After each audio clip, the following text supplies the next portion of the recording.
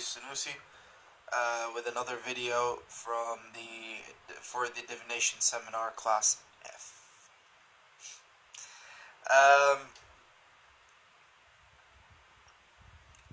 In today's video we're handling the Magician's card. And we basically are handling the concept of the magician on 5 aspects. The first one is mentioning the magician is a peer. As the fool gets into this experience and starts to realize why he got into it, he starts to realize the desire that he had, or she had, when they got into that experience. Let's not spend too much time on what the desire is, because I want you to figure out that for yourselves. Like, you get into a new experience, you have a desire to do something, to achieve something, to learn something. Write this desire down, of course, in your diaries. And once you start embarking on the experience through awareness of that desire, you start to actually take note of synchronicities happening around you, which mean, this is the second part, which is basically the seeing what's going on in your head happening in physical reality. Like, for example, you're actually analyzing yourself, and you're starting to understand the concept of having peers, and to kind of see the way you psychologize yourself interpreted on people around you. Synchronicity would go even to the wild extents of you witnessing what you were thinking about and what you were feeling about yourself via projections, by seeing them on others. And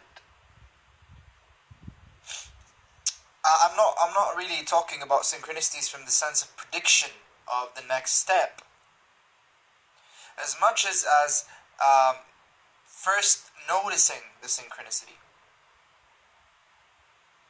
Once you notice the synchronicity, and you go through the synchronicity a bunch of times, you would actually expect the outcome of that experience and the next synchronicity. And that happens by repetition.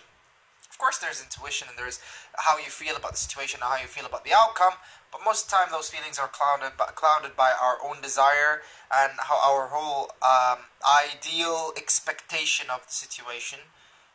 So the best way to actually predict the synchronicity is through repetition of making mistakes and failing through the synchronicity until you get it right.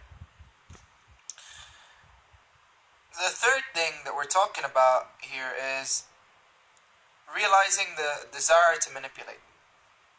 The magician, one of his many names is the manipulator. Now, I'm not going to say the connotations attached to manipulator, because we've all been through this, where someone tells us, don't be a manipulator, that's evil. Oh, you're a manipulator, that's so cool. Oh, I want to be a manipulator. Oh, I'm being a slave to others. Oh. All these are thoughts, have nothing to do with reality except result. And the failing to manipulate the situation and yourself and the other to your advantage, regardless of what your point is, the seminar is not about being a good guy or a bad guy. The seminar is about a tool. So manipulation in itself is a tool. If you know how to use that tool, then you would actually get out of the situation with the greatest outcome. in accordance with the circumstance that you're in and in accordance with your abilities and the level of your level of manipulation that you attained. So, on this level, please write down in the post about how you feel about manipulation and how do you manipulate situations. And write down the questions that pop up in your mind once I say the word manipulate. Write them please down so we can actually have a good conversation about this word, because there's a lot of things to say in this area, and a lot of identifications, positive and negative, attached to this word. And the less we have positive and negative identifications to a word, the more it's beneficial. In my opinion, of course. D.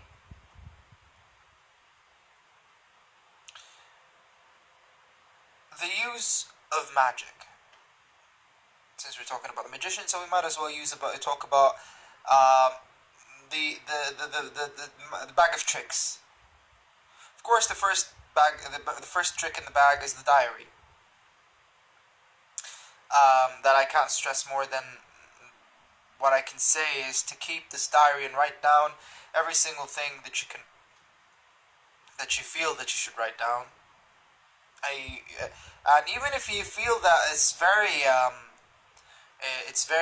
petty, it's a petty experience, you don't have to write it down. No, write it down. Even if at least you're gonna write down one line about it in your diary, this line will come up as something useful later on at some point in your life. I can't stress enough on the importance of a magical diary and keeping your experiences in the books.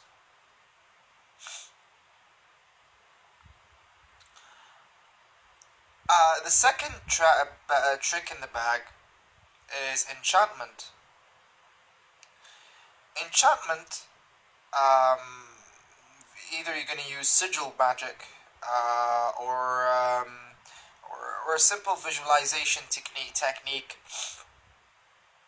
or mantra or whatever you're going to use. Regardless, I'm not here to teach enchantments, but I'm gonna, since it's relevant with divination, I'm gonna talk about it for a few seconds. As an exercise during your next ritual, please use your deck as an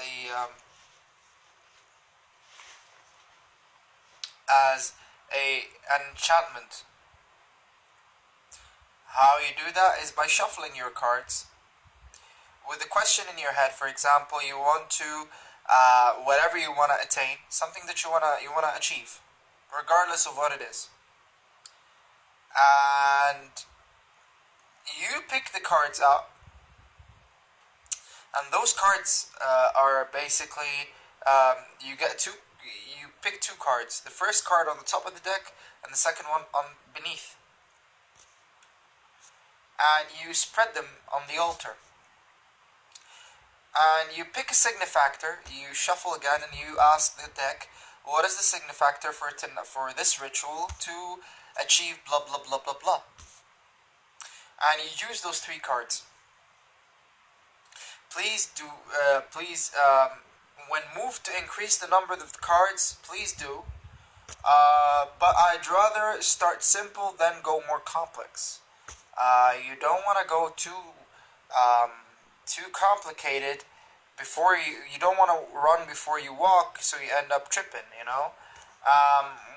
it's good to trip sometimes, and it's good to make mistakes, but at least make mistakes that you can handle the consequences of as in the beginning, so you don't end up in shambles. And then I wish I could have told this myself a while ago, but you never know.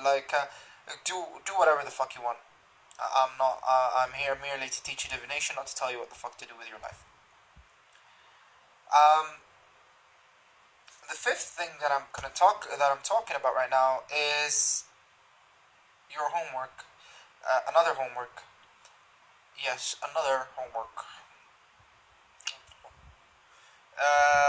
Talk about your I want you to do an exercise during your rituals um, where you dance to the thoughts. No music in the background, please. This is not to increase your dancing capabilities or for you to become another Michael Jackson. This is, unless you want to become that, that's a different story. This technique is about allowing your thoughts to move your body without constraints. I'm not gonna say what's the I'm not gonna say what's the advantage of this technique. Why would I say it if you're gonna try it and see for yourself? Maybe you'll get different results than what I got. So, dance and have fun and write down in your diary. And just to increase the stress on the dancing part, when you're after you do the banishing ritual that you usually do in the beginning of the ritual, after you casted your enchantment, start dancing and allow the thoughts to flow through your head. And you'll find actually thoughts moving certain muscles and certain breathing patterns. Please write them all down in your diary. And if you're moved to share this with me in your in the comment section under this post, please do. And we'll talk more about it.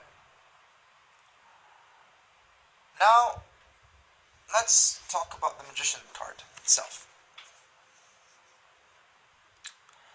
In this deck, the Magician is Tim Hunter, the magician from the book of Magics, the books of magic, and he started off. I think he started off as a student of John Constantine. Correct me if I'm wrong, please. But I think he did, and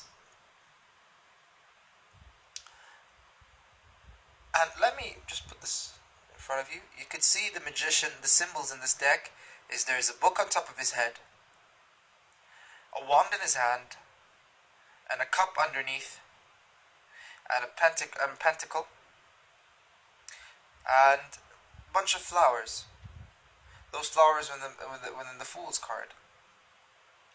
And he's wearing glasses. Now I'm not gonna go on a sword, of course, in his left next to his left hand. I'm not gonna go into detail about the symbols. I want you to tell me what you think of these symbols. Why is he having a wand in his right hand looking up? Why is he having a sword looking down? What does the sword mean to you? What does the wand mean to you? What does the cup mean to you? What does the book on top of his head mean to you? And what does the glasses mean to you? And what do the flowers scattered on the altar mean to you? Now, the peer that I talked about at the beginning, the concept of finding someone who does something better than you do it, and accepting the fact that you're not as good as him or her. In a lot of schools of thought, regardless of what they are, so I don't end up using credibility from other schools because I hate doing that. I just did it, but I don't think it's a very good idea. I'd rather use experience than other people's sayings. Through experience, the more you resist the fact that another person does something better than you, the less you have the opportunity to make it to your conscious mind available that you need to learn from that person.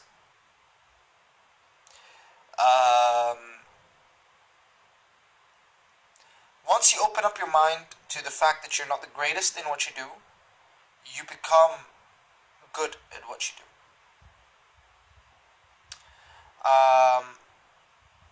The second part about facing peers, you tend to make enemies, and you tend to make friends.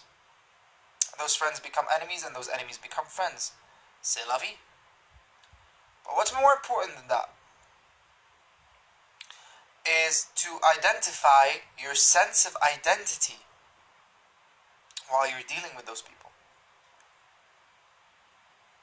And this sense of identity seems to me highly dependent on the desire that you entered with in the beginning of the experience.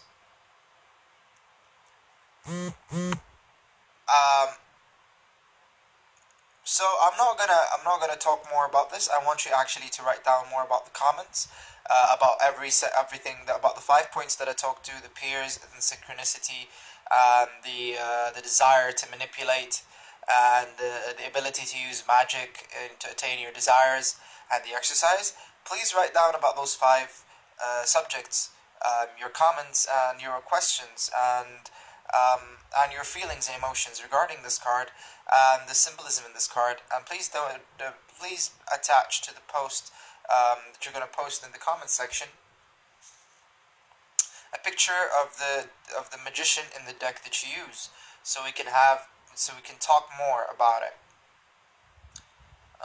Keep the fun coming. Talk to you later.